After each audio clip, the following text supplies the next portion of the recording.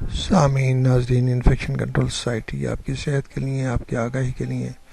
مضامین آپ کی سماعت کے لیے پیش کرتی ہے، جس کے ذریعے آپ اپنی صحت کو بہتر رکھ سکتے ہیں اور بڑے بڑے مسائل سے بچ سکتے ہیں۔ کینسر کے بارے میں معلومات آپ کو فراہم کر رہے تھے کہ دنیا میں کینسر کے کیسز جو ہیں وہ بڑھتے جا رہے ہیں، اور یہ آپ کو معلوم ہونا چاہیے کہ اگر پوری دنیا کی حکومتیں بھی چاہیں تو اس کا علاج نہیں کر سکتی۔ کینسر کے علاج کے اوپر اخراجات بے تحاشا آتے ہیں، اور فیملیاں جو ہیں قلاش ہو جاتی ہیں، معاشی طور پر ختم ہو جاتی ہیں، معاشی طور پر تباہ ہو جاتی ہیں۔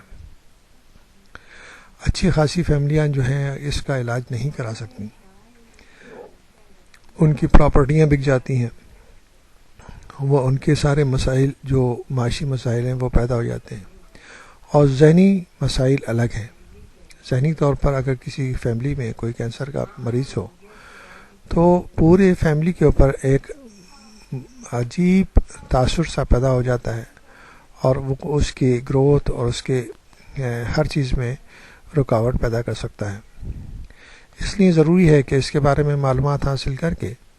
بہتر طریقے سے اپنے مسائل کو کنٹرول کیا جائے اور ان کے اوپر وقت سے پہلے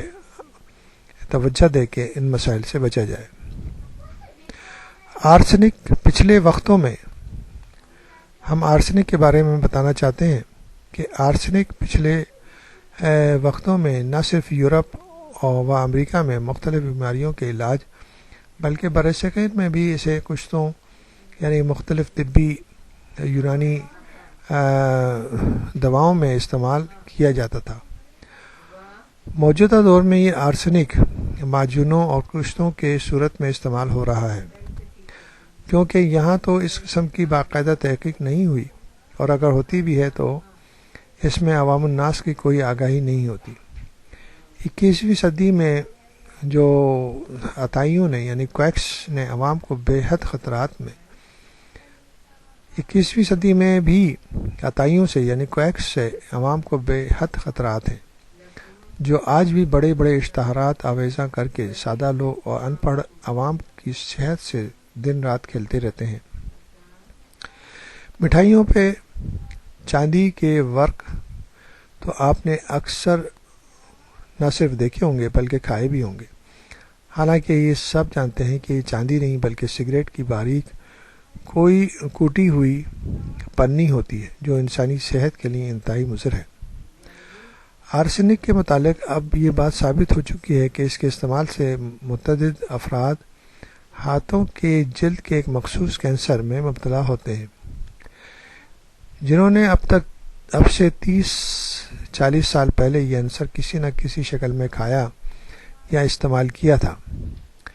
ماحولیاتی آلودگی میں بھی جلدی کینسر کا ایک اہم سبب ہے، جسے کسی ایسے پیشے میں وابستہ جس میں کوکنگ آئل یا منرل آئل کا استعمال ہوتا ہے، کانوں میں یعنی کہ مائننگ کرنے والے کسان اور باغبانی سے وابستہ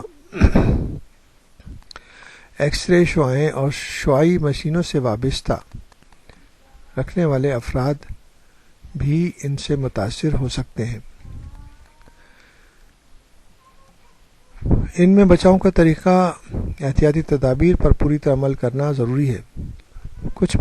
پسماندہ ممالک میں آرسنک کی پینے کے پانی میں آلودگی بھی جلدی کینسر کا سبب بن سکتی ہے، جبکہ سگریٹ نوشی پھیپھڑوں اور سانس کی اوپری نالیوں کے کینسر کا ایک مصدقہ ذریعہ بھی ہے۔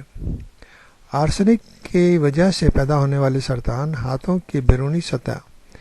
نچلے ہونٹ اور پلکوں کی جلد کو متاثر کر سکتے ہیں۔ یہ سرطان جلد پر مسوں کی شکل میں